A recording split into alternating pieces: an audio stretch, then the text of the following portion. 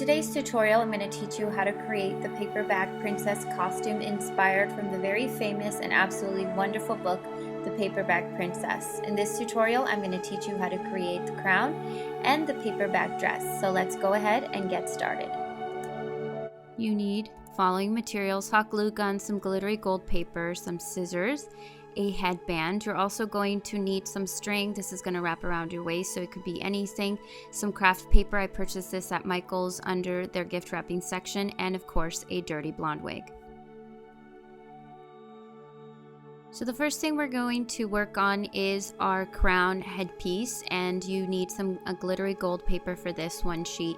What I'm going to go ahead and do is actually fold this in half first, so it comes out nice and even.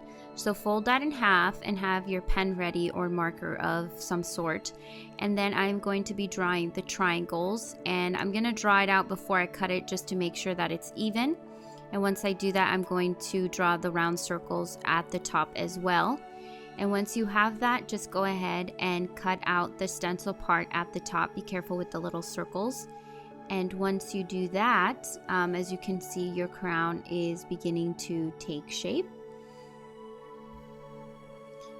And now just make sure that once it goes around, it's even. If you need to cut anything out extra, make it a little bit lower on where the little spikes are, go ahead and do that. So make sure you customize it before you actually glue it together. So carefully with your hot glue gun, glue it together and then put a little bit of glue on the edges just to make sure it doesn't come off. And for the paperback princess, her crown is actually really flimsy, so make sure you bend those back. And the last thing we are going to be doing is hot gluing it into our headband, and I just hot glued it to the inside of this with some hot glue, and that's all it for that. Now for the actual costume part of your dress, which is the paperback dress.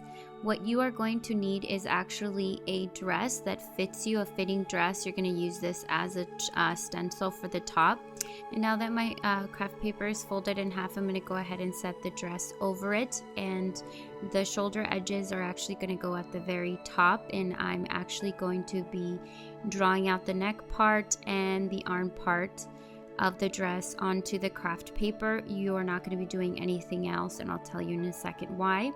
So once you have that, go ahead and trim the bottom and make sure that both pieces are equal, and if not, go ahead and turn your paper over and cut out any extra craft paper that may be at the bottom.